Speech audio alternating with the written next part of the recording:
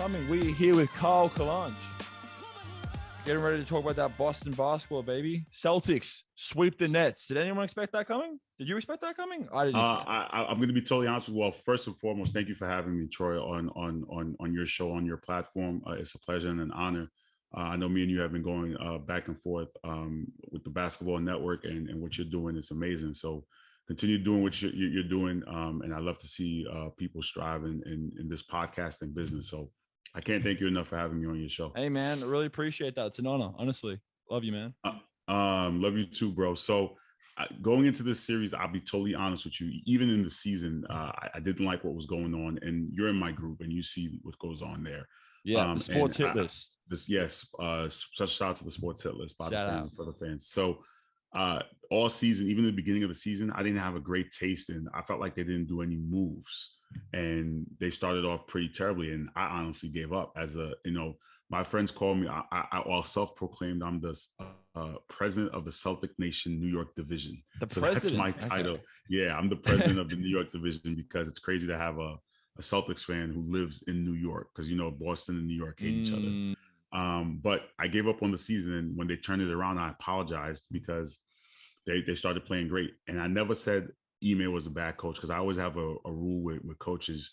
I always give coaches 4 years from when you start. Give them an opportunity. I hate when coaches get fired after the second or third year. They need at least a good 4 years to get themselves going. And I knew Ime, he just needed to figure it out. Going into this series against the Nets, I really, I was afraid to face the Nets. I was trying to avoid it. I don't know if you know stuff like the last couple of games where we were sitting players to rest, and then the other teams were doing the same thing. And the minute the Bucks rested, I think we played them like the last game of the second to last game of the season. They rested their players. I was like, oh man, we're gonna get the Nets. And then when the Nets went into the play-in, I'm like, come on, Cleveland could beat them. I'm like, that's not gonna happen. So when I realized that we were getting the Nets, I said, you know what? Bring on the Nets. Let's just do it. I did not think it was going to be a sweep. I thought they would have won in at least 6. I had them in 6, but the fact that they swept them, it goes to show, defense wins championships. And I've been saying this, Marcus Smart won Defensive Player of the Year. The last time a Celtic player won Defensive Player of the Year was Kevin Garnett in 2008. They won the championship. The last time the Celtics led the league in defense, they won the championship. I'm not saying that. That's all I'm saying. I'm just giving people the facts. All right. Yeah, well, that's all I'm saying. Yeah, man, to go on what you're saying, man. I mean, back on the coaches thing, I mean, the Celtics coach was copping a lot of slack, especially when he was like roasting all of his teammates. You see that in the media? But he was toughing them up, and people weren't buying into that, because they were all like, I think we started like 19 and 21 at one point. Like, it was a really, really, really, really bad season for the first time. Yeah, I mean, it was like, again, I remember the loss against the Knicks off the RJ Barrett buzzer beater. I'm not sure if you remember. It was like a December game. Oh, and Knicks crowd went crazy. Yeah. So that game, honestly, I'm gonna tell you a funny story about that game. I was headed home from work, and I was keeping track of the game, and my wife, a special shout out to my wife, she said, I'm hungry. Can you go get some food? And I said, on my way home. So I stopped at Sonic, and I was waiting on the Sonic line, and I was ordering my food, and I'm watching the end of the game on my phone. And as RJ Barrett hits that buzzer beater, I'm literally cursing at my steering wheel, and the lady looks at me like, "What's wrong?" I'm like, the effing Celtics just pissed me off. I went home and I did a 4-minute rant saying, "Blow up the team. They have no." I literally gave them an incomplete because I did like a mid-season grading. They had incomplete already. Yeah, no, right. Yeah, because they had no identity at the time. They were playing bad. Like, remember Marcus Smart was calling them out, even coaches. They were playing. Yeah, really that was a weird look. It was very Tatum. And you could see, if you watch Celtics play, you saw Marcus Smart was, after that thing, everyone was kept a closer eye. He was only passing Al Horford. Like, Tatum and Brown were like, you could see everything was a bit off and dynamic. Yeah, for sure. But I've never seen anything like that. But by the way, like, how just such a unexpected turnaround to go from, is this team even going to make the playoffs now? Or remember the whole splitting up Tatum and Brown narrative that was going on? I thought that was ridiculous at the time. No, it's crazy. I honestly believed in it, because when we've watched the trajectory of the team, 2018 we make the conference finals, we don't win, right? We lost to LeBron in 7. 2019, we would lose to the Bucks in the second round, right? In 5 games. 2020, we lose in the bubble, which we should have won that year. I don't know how we lost that bubble year. And we had everything going into the bubble, and I don't know how we Goran Dragic. That's why. 2021, Tyler Hero. which was last year, was was the COVID year where everyone was an injury, and we lost to the Nets in 5 coming off that play-in, and Jaylen Brown didn't even play. So at some point, you feel like this team's been together, like the same core: Tatum, Brown, Marcus Smart. These guys have been here, and you're kind of thinking to yourself, like, this is it, But now with the new coach, and I think Ime even said it himself. He said the reason why they couldn't get it going because they weren't healthy. You had guys in and out of the lineup in the first half of the season. Now, when you have everyone consistently healthy and you're able to get your defense locked in, it was a win. And the other thing I'll say about that series that people seem to forget, Ime was on that Nets coaching staff last year. And when you watch Kevin Durant, and he was also on that 2020 or the Olympic team, which Kevin Durant was on. When you watch Kevin Durant and you're able to study him and you're coaching him and you're on his staff, and now the following year you're coaching against him, you're going to learn a few things about how to defend him and how to be able to make sure he doesn't score. So I think that predicates to Ime's mindset and just being in the right place at the right time for us as being their coach last year and coming over to us. Well, it was the same that Olympic run. Do you remember? Was it Tatum and Durant? Durant was saying Celtics in 4. I think it was around Patty Mills. Yeah, when Patty Mills just first signed. But back on like the trajectory of like the Tatum and Brown era, I mean, you can always make excuses for injuries, but the Celtics have had really, really bad luck. That 2018 year was a complete surprise. We were 1 quarter away from making the finals, but no Kyrie Irving. If we have Kyrie, we're in the finals. 2019. Just a dysfunctional season. Kyrie Irving is that series where he gave up against the Milwaukee Bucks.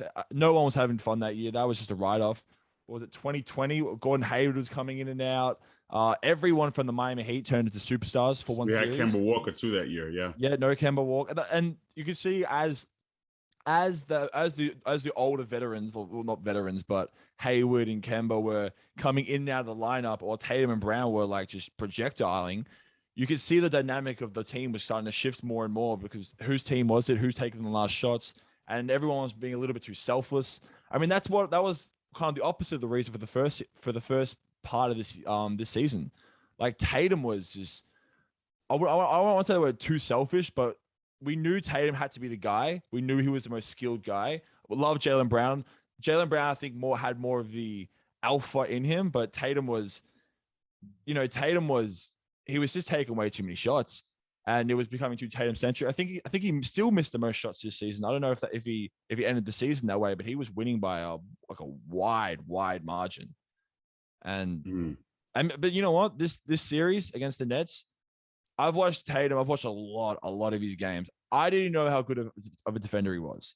No, I mean, like, I knew he could defend. He had the size. He had the wing. The way he played on Kevin Durant this series was remarkable. Like, all first team defense type of defense. Like, that was sensational. Yeah, I mean, listen, I think, it goes back to Ime again. Certain players you turn into defenders. You turn into great defenders. Paul Pierce wasn't known as a great defender, but under Doc, he looked like a great defender. So I think even Kendrick Perkins, we wouldn't have known how much of a great defender he was unless you align him with a Kevin Garnett. But when you have a guy like Marcus Smart, again, we know defense wins championships, defense wins games, defense leads to easy offense. So I think you have guys like Al Horford who buy into a system. I think when you have players and Al is a big part of what we do. And when he got let go to Philly, I think it was after his it was maybe the 2019 year. He wasn't around. He was in Philly that year. Yeah. The bubble year, it hurt. I mean, clearly I understood why he left. He wanted the money, the big time contract, but not having Al, people don't understand. If you don't watch Celtic games, you don't know. Like, people look at Al Horford's numbers like, oh, he's terrible. But Al is a locker room guy. Al is a glue guy. Al does the little things. He's able to stretch the floor because he can play inside and out. He can post. He can take the 3-point shot. He's a vocal leader. I can't emphasize how much of importance Al Horford is to that team. He's the veteran. 36 years old and still playing at a high and elite level. No, He's very been elite. around. He's a two-time NCAA champion back to back. I think, and he spent all those years in Atlanta. When we got Al Horford, I was like, that's the kind of mentality, a great guy, great humble person you want on your team and on your roster. Well, people weren't saying that when we signed him. People weren't saying that. They're saying it was washed. They're saying it wasn't a good go. Nah. Are you talking about the first time around or the second time? Second time coming back. The second time? No, listen, I didn't care for that. No, but you know what it is? People underrate. And I was saying that on my show the other day. One of my contributors was saying that we know who the superstars are. We know the superstars are going to get the shine. We know the Jason Tatum and Jaylen Brown, the stars are going to get there. It's the others that make the difference. It's the Grant Williams. It's the Robert Williams. It's the Peyton Pritchard. It's the Al Horford. Those are the others that lead you to a championship.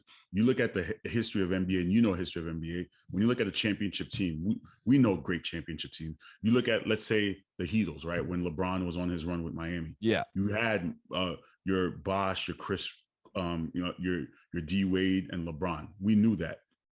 But guess what? When you need a key shot and the double team comes, who are you kicking that out to? A Ray Allen. You're kicking out to a Mike Miller, a Mario Chalmers, a Shane Battier. Yes. You see what I'm saying? All those key players around it. You go to the Spurs, same thing.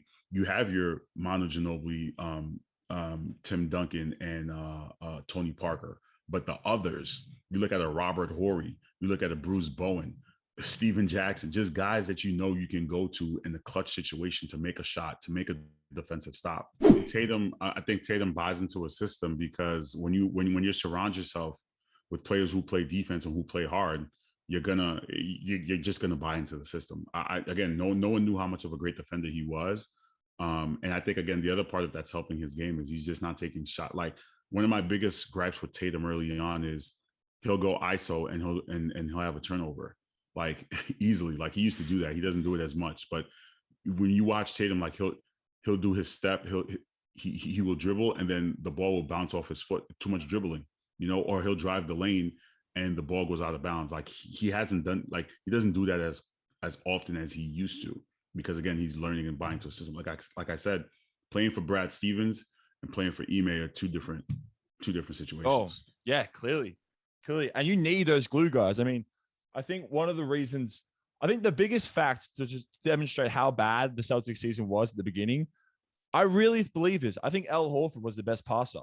And we just went on about how great we loved Al Horford, but like you need, and that's what conflicts the whole narrative of let's just get a bunch of superstars like a 2K team and let's win this and let's see what happens. I mean, those teams clearly aren't winning in this new era. I mean, you need the getting superstars. That doesn't solve the defense.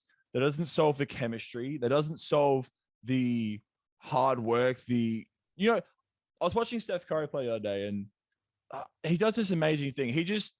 Draymond Green was dribbling off the floor, and everyone knew he's just going to pass to Steph Curry. The defense knew, everyone knew, and they're not even looking at each other. And Draymond Green just does this behind the back pass to Steph Curry, and he's just right at the top of the perimeter, and he got the space from the screen. And it's that type of non-verbal talking. That's the type of stuff where, playing with the guy for years and years and knowing his family and cousins and stuff. And that's, that when you sign superstars and stuff like that, that's, you don't get that stuff. You don't get this stuff. And clearly, as we're seeing right now with the Milwaukee Bucks, a team that was, drafted to win a championship, a Miami Heat team who have been drafted, the Celtics team who have spent years and years playing with each other. And now we're seeing teams like the Nets who they just didn't figure it out, and a slew of others. No, I think the NBA, and I said this, like I said on our pod, I think there's a transition now. It's that the whole super team era is dead. I mean, yes, it started off with the Heatles and everyone wants to team up, and then Kevin Durant going to the Warriors and doing the super team. It was great, but I think you stay true to the draft. Like you could still build a championship team, and you through the draft, and you just basically clearly, you find a key trade that can change it. Let's look at the Phoenix Suns, right? Devin Booker's a draft pick. DeAndre Ayton's a draft pick, and then you trade for Chris Paul, you get a Jay Crowder, so you get your other people surrounding around it. So I think the formula, and as you said with the Golden State Warriors, when they went on their run before Kevin Durant, Steph Curry's a draft pick, Draymond's a draft pick, Clay's a draft pick. They end up getting Andre Iguodala, Leandro Barbosa, Harrison Barnes was a draft pick. So you surround yourselves with draft picks, and then that ends up getting you where you need to get to. So I think I love the parity in the league.